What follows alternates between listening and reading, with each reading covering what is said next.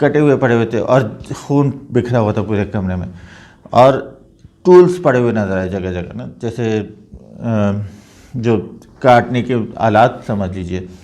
Police نے ان کو دیکھتے ہوئے پھر ایک کمرے میں گئی تو ایک خاتون رضائی اوڑھے سو رہی تھی سکون سے۔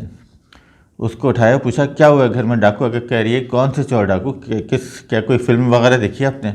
کہ یہ کیا ہوا گھر کے اندر، کس نے کیا؟ کہہ رہی میں نے کیا۔ پولیس نے کہا بھائی کون تھا یہ جو مرنے والا ہے؟ کہہ رہی میرا دوست تھا۔ کہانی یہاں ختم ہو گئی۔ پھر کہہ رہی میرے چکر آ رہے، پولیس نے اس کو سلا دیا۔ اب پولیس نے مزید انویسٹیگیشن کی تو پتہ لگا کہ یہ دونوں اس گھر کے اندر آتے تھے اور چلے جاتے تھے۔ یہ انہوں نے ایک عارضی ٹھکانہ بنا رکھا تھا، دونوں کے اپنے اپنے گھر تھے۔ یہ جو مرنے والا ہے یہ 65 سال کا شخص ہے، ڈاکٹر سہیل کے نام سے اس کی شناخت ہوئی ہے، جبکہ خاتون کی شناخت رباب کے نام سے ہوئی ہے، اور یہ عیسائی خاتون ہے۔ اور جب اس سے باضابطہ تفتیش کی گئی ہے اور میڈیا کے سوالات میں بھی یہ کہہ رہی ہے کہ یہ میرا بہنوئی ہے۔ پہلے اس نے بتایا میرا دوست ہے، پھر اس نے بتایا یہ بہنوئی تھا، اور پھر اس نے یہ بتایا کہ یہ میری بہن کے ساتھ بھی ظلم کرتا تھا۔ لیکن اس نے یہ بھی بتایا کہ یہ ہماری کراس کو جو سلیب پہنتے ہیں عیسائی، اس کو نقصان پہنچاتا تھا، اس کی تضحیک کرتا تھا، تو مجھے اس پر غصہ تھا۔ کیا تضحیک کرتا تھا، کیسے کرتا تھا، یہ سوال ابھی تشنا ہے، اس کو ڈھونڈنا باقی ہے۔ اور یہ کہتی ہے، یہ میڈیا سے بات کرتے ہوئے اس عورت نے کہا کہ جب تمہارے یہاں ہو جائے تو تم لوگ تو اس کو زندہ جلا دیتے ہو، تمہارا ملک ہے، تمہارا قانون ہے۔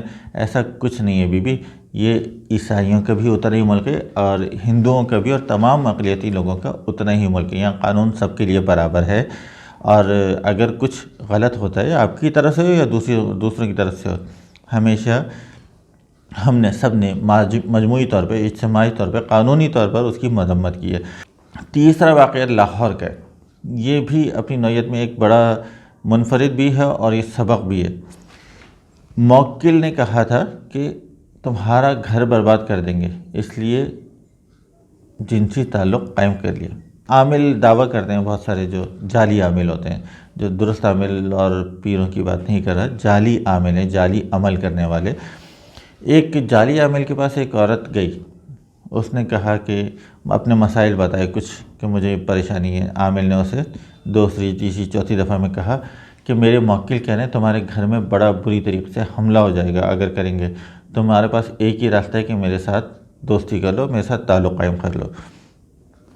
پس و پیش ہوئی، سب کچھ ہوا، پھر اس کے بعد یہ معاملہ بگڑ گیا۔ اس کے بعد یہ ہوا کہ جعلی عامل نے، اس مولوی ڈھونگی نے اس عورت کی تصویریں یا ویڈیوز بنا لیں، اور یہ ویڈیوز بنا کے اس کو بلیک میل کرنا شروع کیا۔ ایک نہیں، دو نہیں، تین نہیں، کوئی تقریباً لگ بھگ 5 کروڑ روپے یہ اس سے اینٹھ چکا تھا۔ عورت بلیک میل ہو رہی تھی مسلسل، اس کو گھبراہٹ ہو رہی تھی۔ اس نے پولیس میں پھر آخرکار کمپلین کی، پولیس نے جا کے ایکشن لیا، چھاپہ مارا، اس کے قبضے سے کوئی 5 سے 6 USB نکلیں۔ ان تمام USB میں اسی خاتون کی، اسی عورت کی ویڈیوز تھیں، اور پھر پولیس نے اس عامل کو گرفتار کر لیا، اس جعلی عامل کو گرفتار کر لیا۔ اور وہ عورت کہتی ہے کہ اس نے مجھے، میں جب اپنے مسائل لے کے گئی تھی تو اس نے مجھے اسی طریقے سے موکلوں کی دھمکیاں کہہ لیجئے یا اس کا ایک پریشر دے کے سائیکولوجیکلی مجھے ٹریپ کیا۔ پہلے تو کہ یہ عاملوں کے پاس آپ جاتے کیوں ہیں؟ ایسے ڈھونگی عاملوں کے پاس کیوں جاتے ہیں؟ بزرگان دین کا ایک الگ فیض ہے، سب کچھ ہے، لیکن جعلی عاملوں کی آپ کو پتہ نہیں لگتا، ایک آپ کو بھنک نہیں پڑی کہ اس نے کس طریقے سے آپ کو ٹریپ کر رہا ہے۔ کوئی جعلی عامل یہ کہہ سکتا ہے آپ کو، کوئی موکل آپ کو یہ کہہ سکتا ہے؟ پتہ نہیں، موکلات کے اوپر بھی ایک الگ بحث ہے، لیکن موکلات آپ کو ایسی باتیں کہہ سکتے ہیں؟ یہ سارے جو ہیں یہ بدنام کرنے کے لیے بیٹھے ہوئے ہیں، یہ گھٹیا پن اپنا کرتے ہیں، اس کی آڑ میں پتہ نہیں کون کون سے دھندے چلا رہے ہوتے ہیں ایسے لوگ، جو ایسے لوگوں کو بیوقوف بناتے ہیں۔ تو بھائی اگر آپ اپنے مسئلے کے حل کے لیے کوئی در تلاش کر رہے ہیں، آپ کو لگتا ہے کہ یہ مسئلے کا حل ہو سکتا ہے، دراصل سوچئے تو صحیح، کیا کر رہے ہیں آپ لوگ، کس طریقے سے جا رہے ہیں، کہاں جاتے ہیں آپ لوگ؟ کوئی بغیر سوچے سمجھے کچھ بھی کر گزرتے ہیں، اور اس کے نتیجے میں کیا ہوتا ہے؟ سب برباد ہو گیا۔ تو ایسے آپ کو کام کرنے ہی کیوں ہیں؟